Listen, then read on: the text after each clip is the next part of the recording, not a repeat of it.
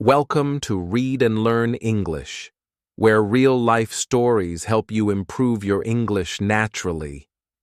In today's story, we explore how one American mother gently but firmly teaches her child a lesson, and how this parenting moment left a deep impression on a visitor from a different culture.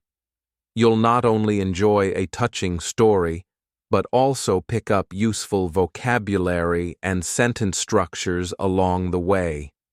Let's get started.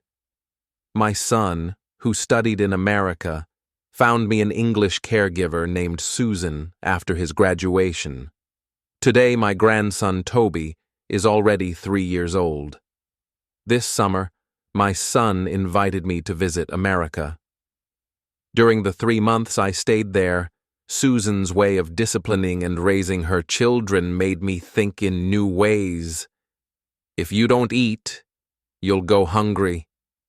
Every morning, as soon as Toby got out of bed, Susan would serve breakfast on the table and go back to her work. Toby climbed onto the stool by himself, drank his milk by himself, and ate his bread by himself. After eating, he would go to his room, choose his clothes and shoes from the closet, and get dressed on his own. Toby, just 3 years old, still couldn't tell the front from the back of his socks or distinguish between the left and right shoes.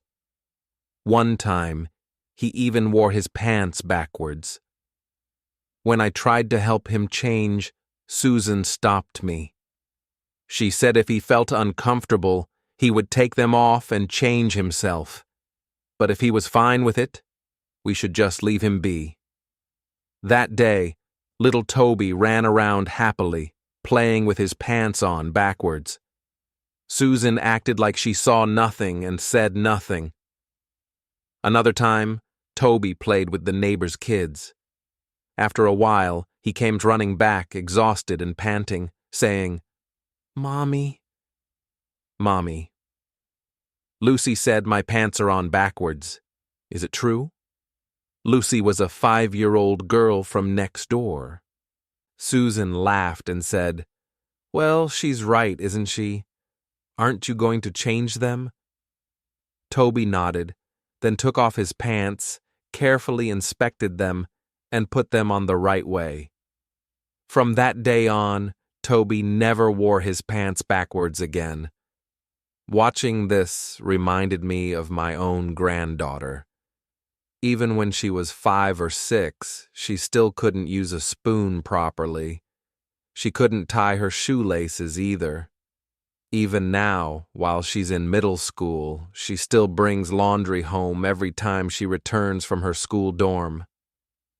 One afternoon, Toby got upset and refused to eat lunch. He threw his plate across the floor in anger, and the food scattered everywhere. Susan looked at him firmly and said, "Looks like you're really not hungry, son. Remember this. From now until tomorrow morning, you're not eating anything. Understand?" Toby nodded seriously and answered, "Yes, ma'am." Watching this scene between mother and son, I couldn't help but chuckle. That evening, Susan and I discussed what to prepare for dinner. She suggested Chinese food. I immediately remembered how much Toby liked Chinese food. It seemed Susan deliberately wanted to tempt him with dinner since he had skipped lunch. So that night, I made one of Toby's favorites, Italian noodles cooked in a Chinese style. Despite being a child, he could finish a full plate of it. As we sat down for dinner, Toby climbed happily onto his stool. But Susan calmly took away his plate and chopsticks and said, "Didn't we agree that you wouldn't be eating today? And you promised, right?" Seeing her serious face, Toby instantly burst into tears. Between sobs, he said, "Mommy, I'm really hungry. My tummy's growling." "You need to follow through on what you promised," Susan replied, not showing much softness. Seeing Toby suffer, I felt sorry for him, and was about to step in to ask on his behalf, but then my son gave me a subtle warning look. I remembered what he'd told me when I first arrived in America. In America, when parents are disciplining their children, no one else, no matter who they are, should interfere, not even grandparents. So I stayed quietly on the sidelines, unable to help. That night, even after dinner, poor little Toby sat in his toy car, sadly watching the adults eat with his mouth slightly open. I finally understood Susan's intention in asking me to cook Chinese food. One day, when Toby is about to throw a tantrum and toss his plate again, he'll surely remember that day, sitting with an empty stomach, watching everyone else eat. I believe he'll learn that hunger is painful, and that it's even more painful to miss out on your favorite food. Before bed, Susan and I kissed Toby goodnight. He looked up and asked carefully, "Mommy, I'm really hungry. Can I please eat some noodles?" Susan smiled gently and shook her head. "No, son." "Then, can I eat when I wake up tomorrow morning?" "Of course," she answered tenderly. That reply made Toby happy. I don't think he'll ever want to experience that kind of hunger again. Later, when I saw Toby with food smudged on his cheeks, eating his rice with soup, it reminded me of my granddaughter.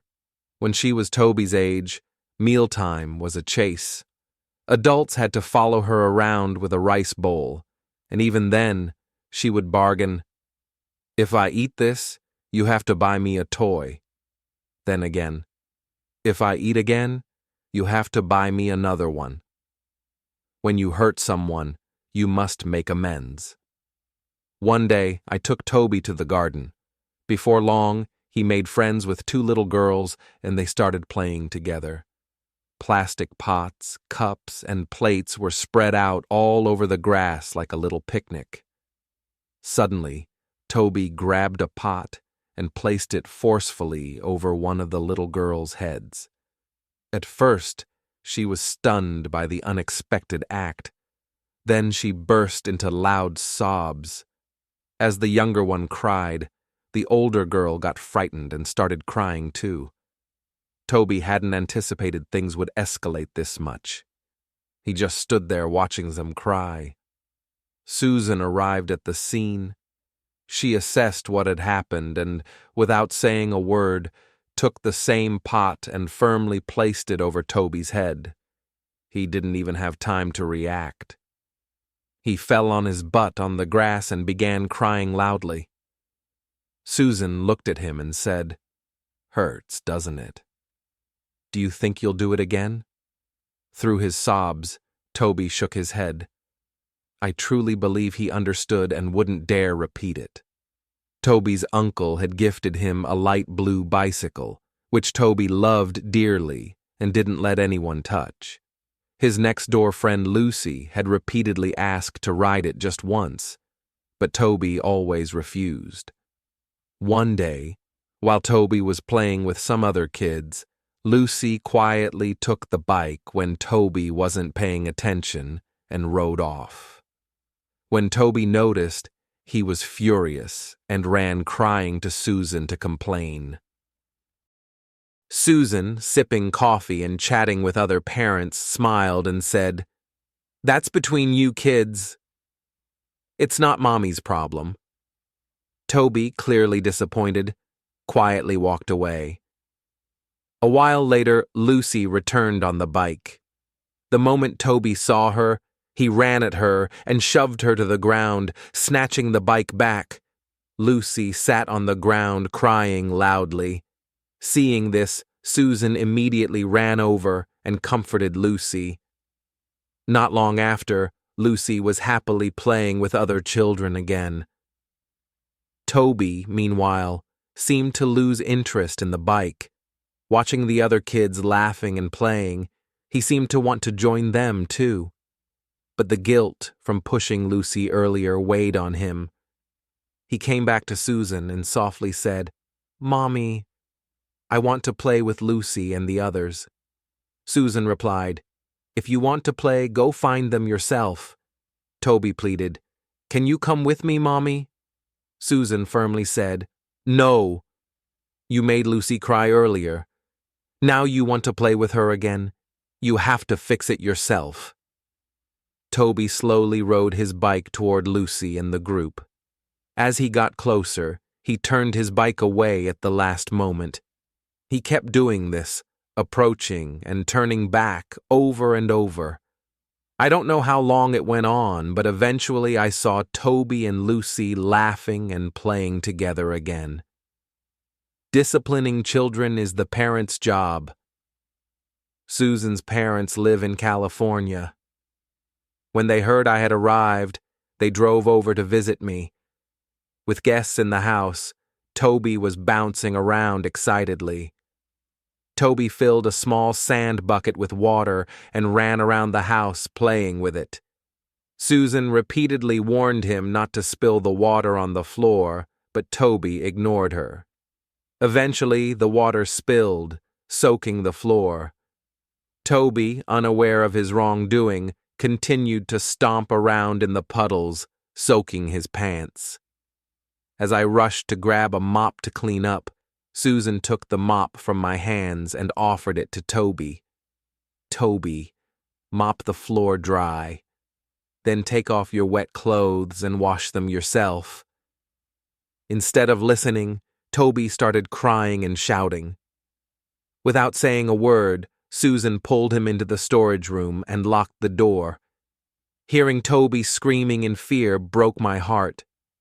I wanted to let him out of the storage room, but Susan's mother stopped me, saying, "This is Susan's business."